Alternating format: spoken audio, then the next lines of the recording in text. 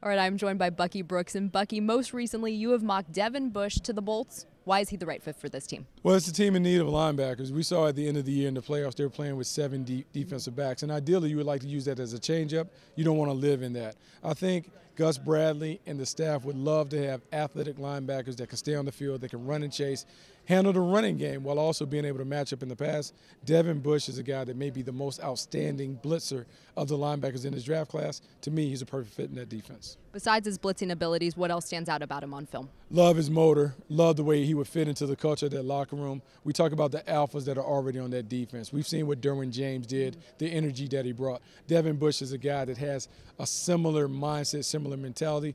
As you're beginning to kind of change the way that you think about that Chargers defense, Devin Bush's attitude and the playmaking ability that he brings would certainly be a good fit. If Bush isn't there at that spot, who else may be a good fit for this team? Oh, I think you have to look at the defensive line. I think at some point they got to fortify the defensive line, get someone up front that can be a difference maker. You're going to hear a bunch of names kind of thrown out there. Draymond Jones, Jeffrey Simmons, if he's healthy, available, would they redshirt him and put him in?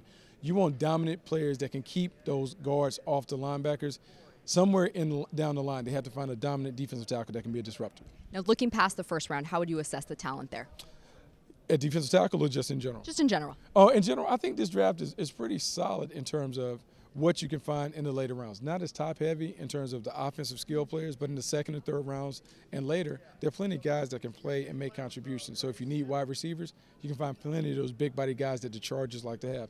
If you want playmakers at tight end, there are a number of guys there. With Hunter Henry coming back off the ACL, Antonio Gates continue to play, but getting older, you can find some of those guys to get into the mix. I think this is a great draft if you're a team that understands how to find those hidden gems, because in the second, third round, there are a number of players that can play. You have to determine if they can fit in your system. All right, and then lastly, let's speak to that for a little bit, because how would you assess the job that Chargers general manager Tom Telesco and his scouting staff have done in recent drafts? I mean, look, the Chargers are one of the more talented teams in the National Football League. That is a testament to what Tom Telesco and that personnel staff and the coaching staff has done in terms of identifying and developing those guys.